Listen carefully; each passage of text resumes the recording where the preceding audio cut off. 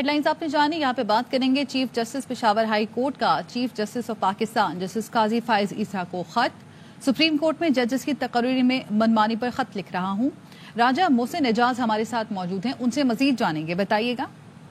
देखिए, chief justice Peshawar high court की जानिब से एक खत लिखा गया है chief justice of Pakistan justice Qazi Faez Isa को, जिसमें सुप्रीम कोर्ट में जजेस की जो एलिवेशन है, जो सुप्रीम कोर्ट में जजेस की तकर्री है, उस पर तहफ़्फ़ुज़ात का इजहार किया गया है।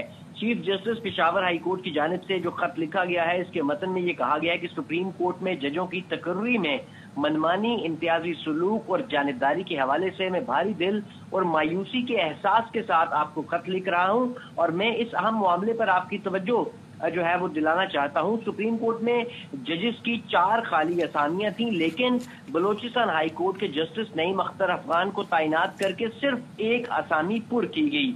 ये बहुत मायूसी थी जब मालूम हुआ कि सुप्रीम कोर्ट में सिर्फ एक जज, और वो भी आपके अपने सूबे से तैनात किया गया। सुप्रीम कोर्ट में जजेस की 4 असामियां खाली थीं। उन्होंने अपने खत में ये भी लिखा है कि मैं जस्टिस नईम अख्तर अफगान, जिन्हें तैनात करके जजेस की एक असामी को फिल किया गया, उनके लिए हकीकी तौर पर खुश हूं, लेकिन मेरी सीनियरिटी, अहलियत और सुप्रीम कोर्ट में असामियों की दस्तयाबी के बावजूद मेरी उम्मीदवारी पर गौर क्यों नहीं किया गया। पाकिस्तान की तमाम हाई कोर्ट्स के चीफ जस्टिस में मैं दूसरा सीनियर तरीन जज हूँ, चीफ जस्टिस हूँ। अपने खत में वो ये भी कहते हैं कि मेरी जुडिशियल कमीशन ऑफ पाकिस्तान और मैं इसके साथ साथ जुडिशियल काउंसिल ऑफ पाकिस्तान दोनों का रुकन भी हूँ। मुझे जायज तवक्को थी कि सुप्रीम कोर्ट ऑफ पाकिस्तान के जज के तौर पर तकर्री के लिए मेरी उम्मीदवारी को कम अज कम उस फहरिस्त में शामिल किया जाएगा।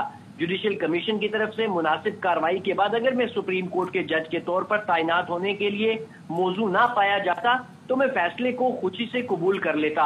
अपने खत में वो ये भी लिखते हैं कि केसेस के बैकलॉग को देखते हुए ख्याल था कि चीफ जस्टिस असामियों को फौरी तौर पर पुल जो है वो करने के लिए, फिल करने के लिए अपने आप को पाबंद महसूस करेंगे, क्योंकि टैक्स पेयर्स जो हमारी तनख्वाहें अदा करते हैं वो ये तवक्को करते हैं कि असामियां फौरी तौर पर पुर की जाए ताकि अदालत पूरी ताकत से काम कर सके और इंसाफ फराहम कर सके, और इंसाफ की फराहमी के लिए तंदही से काम करना ये फर्ज है। वो अपने खत में ये भी लिखते हैं कि एक असामी पर तकर्री के इस फैसले ने मुझे परेशान और हकीकी जवाबात की तलाश में छोड़ दिया है।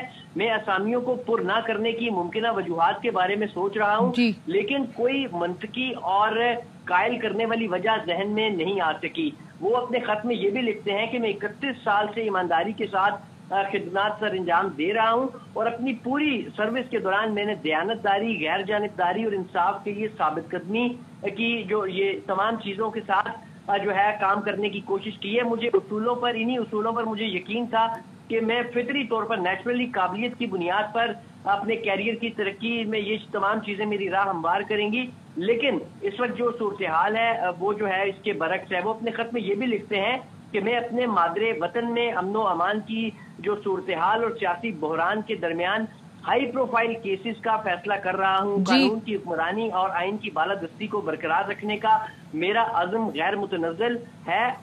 ठीक है, बहुत शुक्रिया आपका अपडेट करने के लिए।